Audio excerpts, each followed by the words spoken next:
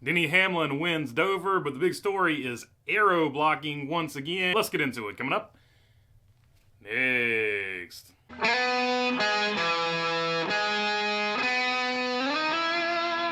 What's going on, everybody? Hope you're doing good today. All right, Denny Hamlin wins at Dover.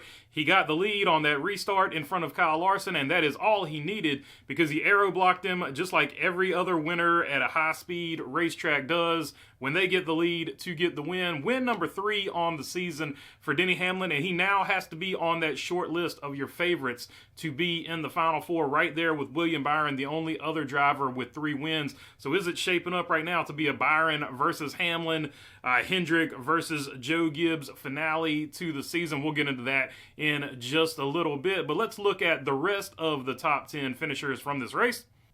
Denny Hamlin, of course, gets the win. Kyle Larson in second place there. Couldn't overcome the aero. Martin Truex Jr. in third place. Kyle Busch in fourth place. A well-needed points day for him. We'll get to the points here in just a little bit as well. Chase Elliott with a fifth place continues his strong momentum after getting that first win of the season a few races ago. Noah Gragson in sixth place there. Continues his rebound season. His rookie season obviously was not what he wanted. He's having a much better season this year despite the points penalty. Ryan Blaney in seventh place there continues to be the best Ford overall week to week, it seems like. And Alex Bowman in eighth. Daniel Hendrick in ninth. Ty Gibbs in 10th. Daniel Hendrick there with that ninth place finish. A little bit of strategy, but definitely a rebound race for them. A really good race for them, and they definitely needed that in the 31 Colleague camp. As well as A.J. Allmendinger finishing 13th here, and he qualified in the top 10. So good day overall for Colleague. They had the speed and they had the strategy to get it done. Tyler Reddick finishes 11th here. Ross Chastain 12th. Aforementioned A.J. Allmendinger in 13th. Josh Berry 14th, and Austin Cindric in 15th.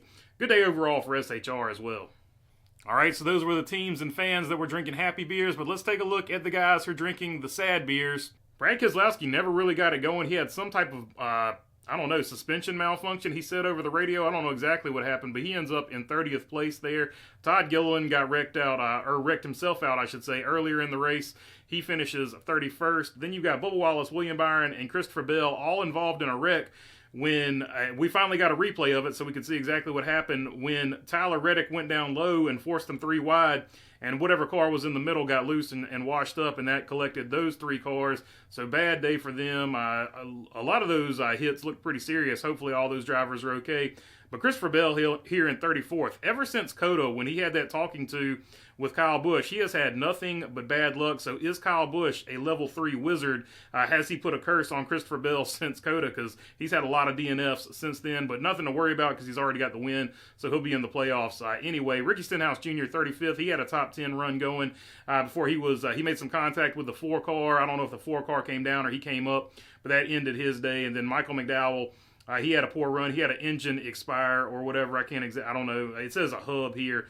And Ryan Preece, at the very beginning of the race, Ryan Preece, despite his other SHR teammates doing well, his car just randomly caught on fire like at the very beginning of the race. And so he never even had a chance. So bad race for him, and they're drinking the sad beers.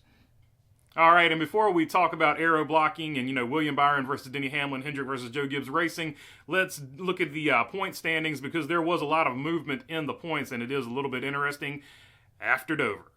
Kyle Larson continues to lead over Martin Truex Jr. by 15 points. Chase Elliott, Denny Hamlin. Denny Hamlin moves up into 4th place in points, up 2 spots there, as you see.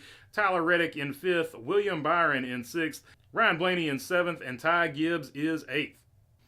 Alex Bowman moves up 1 spot to 9th place. Ross Chastain is in 10th, dropping 1 spot, up 6 positions and back into the playoffs. If the race ended today, or if the season ended today, is Kyle Busch. Chase Briscoe in 12th place. Joey Logano in 13th place. Chris Buescher is in 14th place.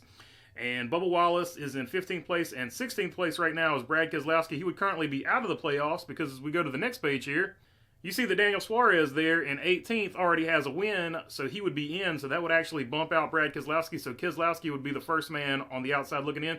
Christopher Bell also on the outside looking in, but he's got a win this season, so he would be in. So that actually bumps out Bubba Wallace as it stands because 2 guys with wins are out.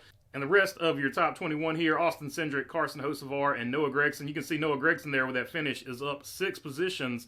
So despite the points penalty, he is starting to climb his way back up into this race for last place to get into the playoffs, or race for 16th place to get into the playoffs. He's in the playoff picture, I guess we should say. So yeah, the points are definitely getting interesting because as it stands right now, you've got two guys with a win who are outside of the top 16 that would bump out, those top 16 guys. But let's talk about the bigger story of the day, and that's Aero Blocking. I don't know why it's such a big story today. I guess because Denny Hamlin won, and a lot of people don't like Denny Hamlin. But Kyle Larson in Las Vegas used the exact same tactic on Tyler Reddick.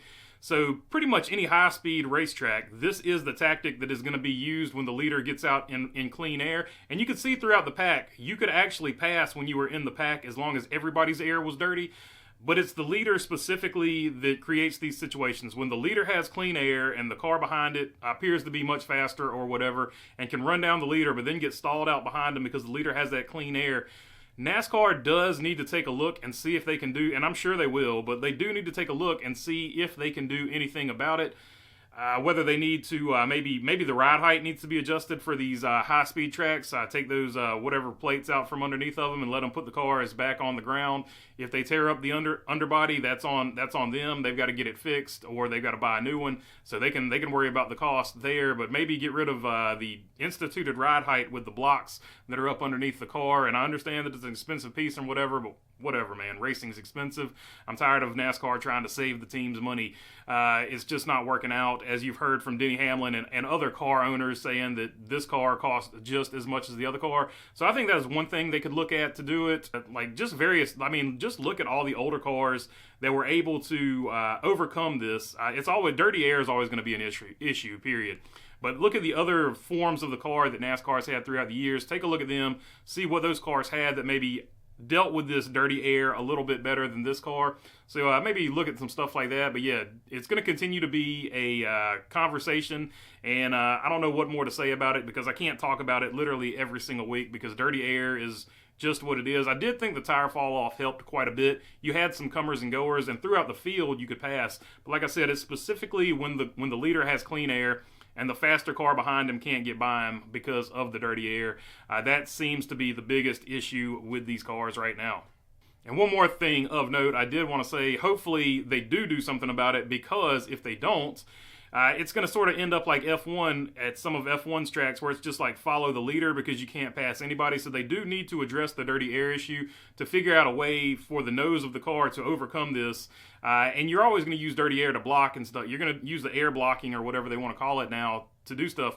But there are ways to mitigate that where it's not quite as effective as it is now, because the way they've got the funnel now, it's almost a direct, the way they're funneling the air underneath the car, it's almost a direct, like even more velocity than it has been in the past. So maybe take a look at that. And the other thing that I've seen a lot of people bring up is Denny Hamlin is the best driver in NASCAR right now. It's going to be him and William Byron. It's going to be Hendrick versus Gibbs for the Final Four. And I think odds on William Byron and Denny Hamlin have to be your favorites for the Final Four.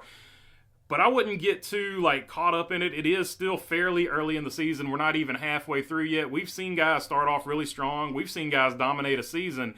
But just the way this playoff is set up, there's still a chance that a guy with 2 wins, I mean technically a guy with 0 wins, could get into the Final Four and steal it. So I don't know if you can ever really pick a championship favorite. So I don't know. I don't get into this guy's definitely going to be a favorite to win the championship now, because the playoff system is just so unpredictable. On even years, you can maybe pencil Joey Logano in, but I almost said Jimmy Logano because of the Jimmy Logano account on Instagram. But I don't know. So you can never really factor anybody in. But I think if you put on your short list of the best drivers around right now, nobody's going to have a consensus who's the best driver going right now, because we all have our favorites and stuff like that. But I will say this about William Byron and Denny Hamlin, because they both have 3 wins on the season. One thing I think we can all agree on, despite who our favorite driver is, they have to be on your short list of the best drivers going right now. So I think it is pretty easy to pencil them into the Final Four. But picking an actual champion, that's anybody's guess. It's just going to be whoever's the best at Phoenix. Don't get me started about that system. All right, that's all I got for you on this one. If you made it this far, I would love to have your subscription. If not, I'll keep making these things. If you got a question, comment, or anything like that, leave it down in the comment section. I would love to hear from you. And if you want to help out the channel, visit the merch store. We got t-shirts, hats, sweatshirts, and stickers, and probably some other stuff. I'm not sure. And other than that, have a good Monday. Thanks for your time. Peace.